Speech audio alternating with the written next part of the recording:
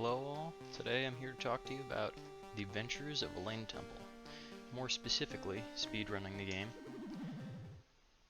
There are 3 dungeons in this game: the Chalice of the Gods, the Golden Spider, and the Orb of Life. The Chalice of the Gods and the Golden Spider speedrun are pretty shit simple and kind of boring, because you can literally just hop over the map and head straight for the goal. There are a couple tricks I discovered while speedrunning these two, though.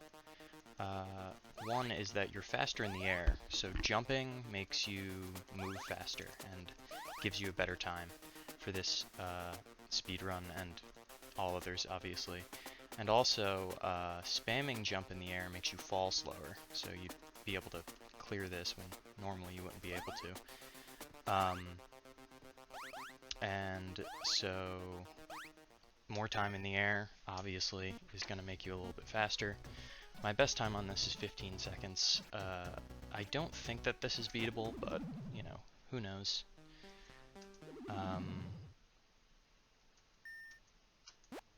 Reset real quick and get to the Orb of Life. This is the speedrun that matters. Rather than just getting to the end, you actually have to collect 3 pieces of an orb in order to beat the game, so it makes it much more interesting.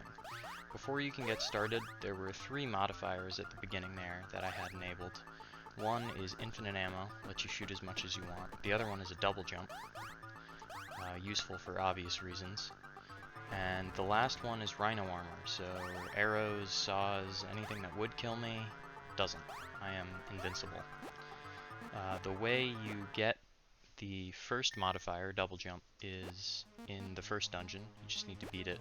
So even without this modifier, there's a thing called a wall jump, which I think is not intentionally in the game, but you can use it to just jump straight over the map and complete it real quick, getting you that modifier.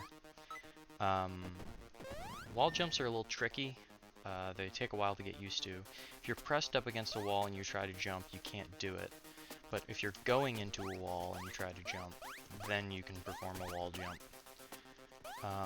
And this is required for the second dungeon, which unlocks you the infinite ammo modifier.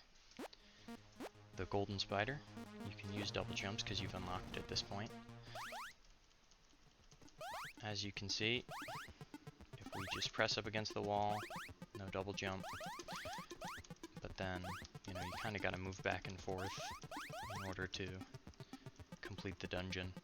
But basically you just go this way until you find the end, and then there you go, infinite ammo modifier. The last modifier that you need is rhino armor, and this is a little different because it's more of a hidden thing than it is a like just an achievement that you get from beating something. You have to escape this dungeon, head to the left, and then once you reach the bottom, head all the way to the right. Do I have double jumps enabled? I don't think I do.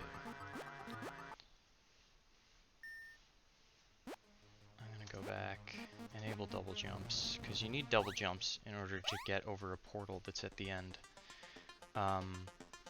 While I'm falling here, what you just saw me do is actually a super jump.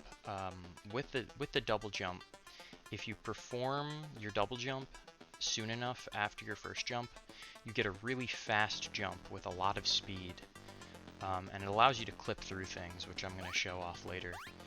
And it's easiest to do on transitions. I didn't get one there, but it's because you can buffer a jump. If I press jump while the transition happens, I do the jump. You have to jump over this back door, or else you'll get sent back into the level with no way out. You'll have to reset. But once you're over it, just a little further.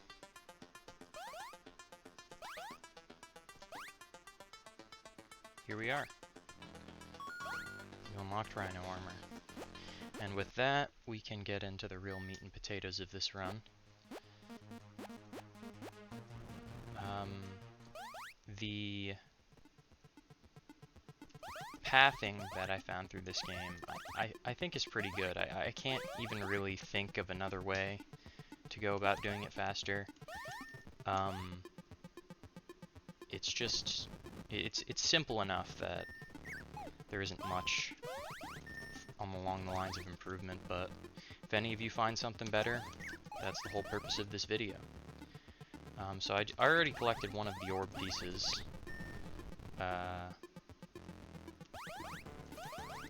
So we could leave the level, but we don't have all the orb pieces, so we wouldn't be able to exit and get a finishing time.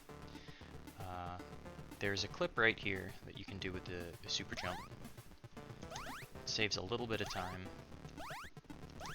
but obviously it's not easy to do, so I usually go for it. Since it's along the path, I'll jump into that, but I almost never get it. So the next clip is actually pretty easy. You just perform a super jump right there, and you can skip this entire room, pretty much. You have to get that piece, but normally what you'd have to do is go through these portals, go through this one, go back through it, hit the button, go back through, and do all that, but it essentially skips half the room. This room, you have to go up here, hit this button, and go through this portal. But there actually is also a skip for this room. You can clip through here, which is pretty hard to do.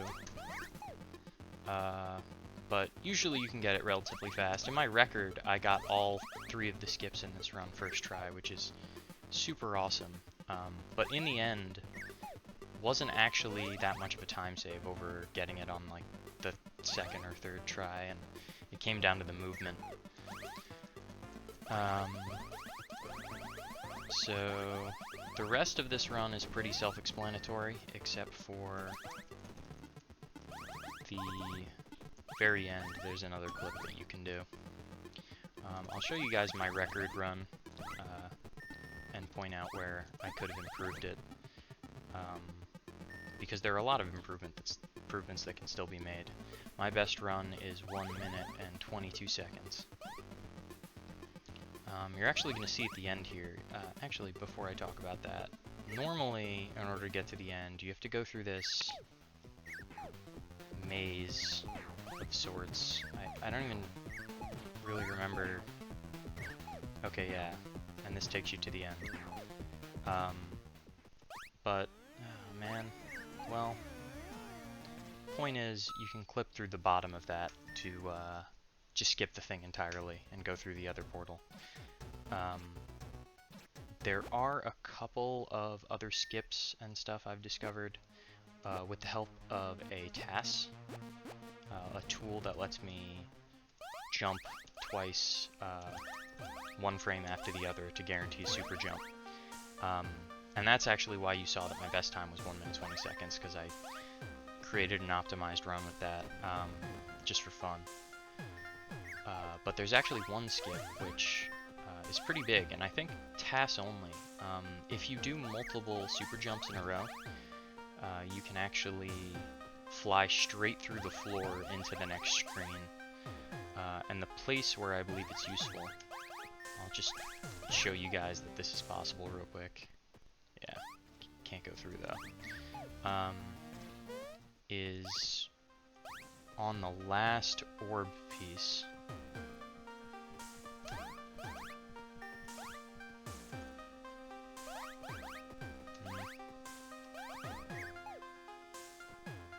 Who cares?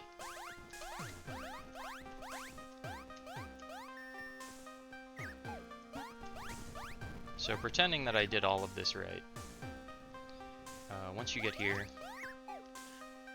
obviously you guys saw the way that I normally do it, but with a TAS,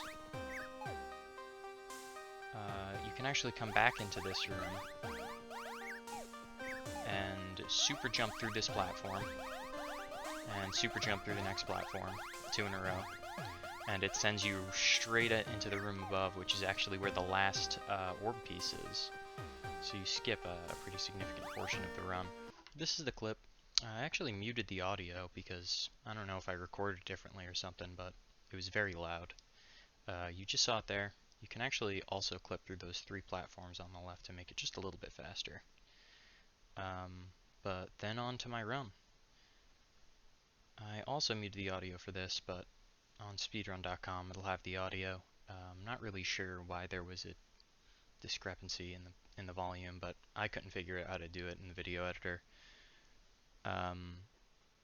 So for most of this run, the overarching theme is just that I could have improved my movement a lot. In almost every room there's, you know, a little something I got stuck on here and there, but I'm only really going to point out the big things. First thing is I could have taken a top path there if I had saved an extra double jump. That saves about half a second, I think. And in this room, obviously, I could have gotten this extra clip, but that's pretty hard, so I wasn't too upset about that. My 120 run that has the task does that clip, so I have a feeling if I want to get sub 120, I'm going to have to do it. Getting that on the first try was very impressive. I've only ever done that, I think, in this run, so I got pretty lucky. Got hung up a little there, but that's not too big of a deal. The only huge time loss after this is actually in the very next room at this point. There are 3 platforms on the right, and you shouldn't double jump onto the first one because it just straight up loses you time, but I did that because my heart was pounding and I hadn't really practiced the other way, and, you know, muscle memory. The rest of the run is pretty self-explanatory. I get the last clip on the first try as well, so all 3 clips first try is pretty good. But there's still a lot of room for improvement, and I think sub 120 is possible. Maybe if one of you guys discovers something else, it'll go even lower.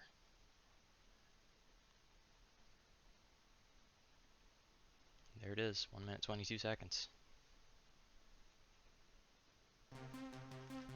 So this has been my little tutorial on how to speedrun The Adventures of Elena Temple.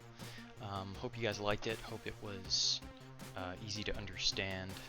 You can leave any questions in the comments if you're confused about how to do anything, but thanks for watching. I hope I'll see some more runs on the leaderboard soon, because I am currently the only runner I know of this game.